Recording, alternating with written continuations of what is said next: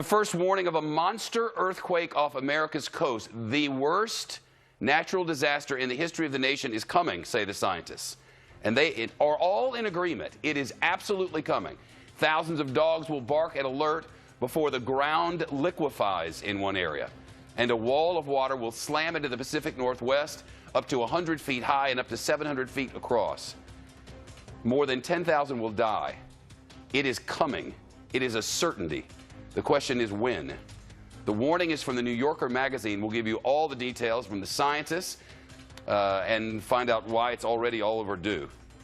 The big one in the Pacific Northwest, an area I'd never even heard of as far as seismic activity goes. Hang on, this is interesting. Read a stunning article by Catherine Scholes in the New Yorker this week. And frankly, if I lived right now in the Pacific Northwest, I'd be considering moving. Seriously. The gist of it is this.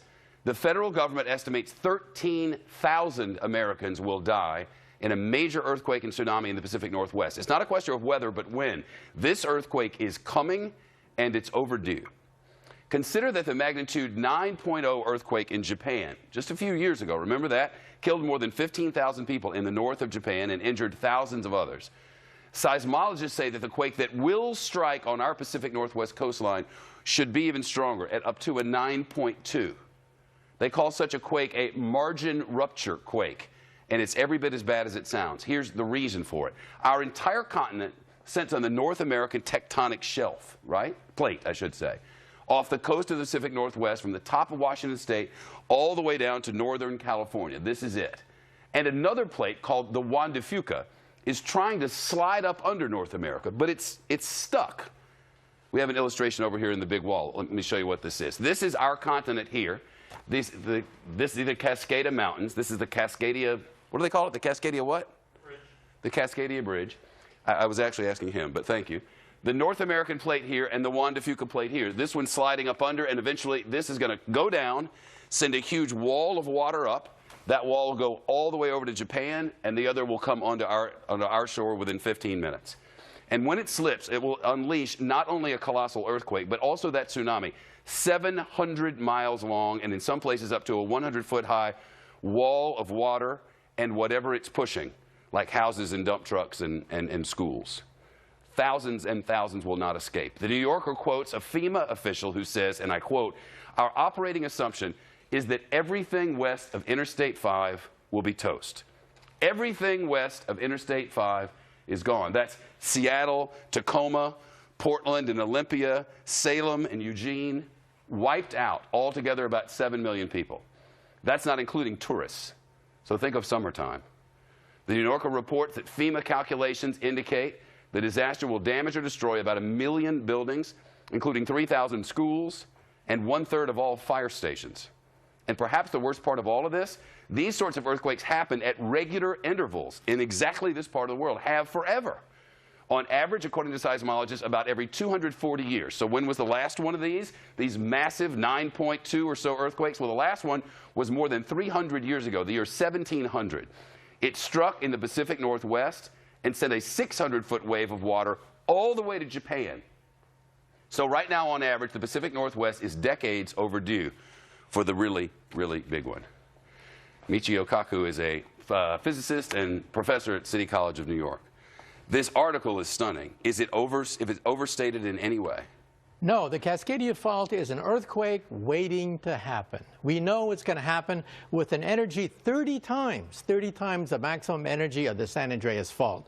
So Hollywood has us brainwashed into thinking the big one is going to be in California. No, the Cascadia Fault would pack energy 30 times the energy that the San Andreas Fault can muster. The article speaks of a liquefaction of the earth, that part of the earth will turn to liquid. That's right. We're talking about major energy surges inside the ground that'll cause it to liquefy. We've seen that in Japan. We saw that at Fukushima, and it's almost like quicksand. One day you're walking on solid ground, the next you're falling right into a quicksand. This earthquake would last 4 minutes or more, the rattling and the shaking, and then within 15 minutes they estimate this wall of water. In the entire inundation zone, you could have water up to 100 feet high. That's right. And in the inundation zone, we have 70,000 people that have almost no clue as to what could happen. You know, in Japan, you have to live with earthquakes every day. Children go through tests and drills. People are conscious of this. But in the Pacific Northwest, it barely rates on the radar screen. There's something that happens before the shaking that we can sense, that sensors can pick up. That's an early warning system that they have all over Japan, especially in the north and in the Tokyo area. They've been trying to get it pushed through, look for money for it in the Seattle-Tacoma area, nothing. That's right. Before the earthquake actually hits, there's a compression wave that is detected by animals, for example. Animals start to act very strange, and we've seen that happen before earthquakes. And then a minute, 2 minutes later, boom, you head for the hills because there's nothing left to do except to go to high ground. You mentioned what this sort of event has caused in history. That's right. In the year 1700, there was a massive earthquake and tsunami which surged over Japan. And then running the videotape backwards, you can actually see that in 1700, it originated with a Cascadia fault. And then we physicists can calculate the energy, the magnitude, the dynamics once we got these two events linked together. And that was only done in the last decade or so. And you mentioned Mount Everest. That's right. Mount Everest is also created by the collision of two faults, just like what we have here. The one fault going under, the other fault going over, and that created the Himalayan mountains. That created Mount Everest. That's the power packed by the subduction zone earthquake. Okay. Averages of when things are going to happen are really not very reliable. I think they used by example, the difference between 4 and 6 is 2. I forget exactly how they did it. We can't be sure exactly when this is going to happen, but we're positive it's going to happen. If you lived in the Pacific Northwest, you had little kids, would you live there?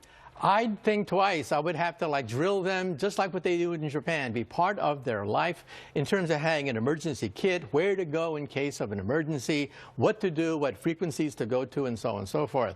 And by the way, we know that this is going to happen because by simply drilling into the seafloor, we can see evidence of ancient tsunamis going back 10,000 years.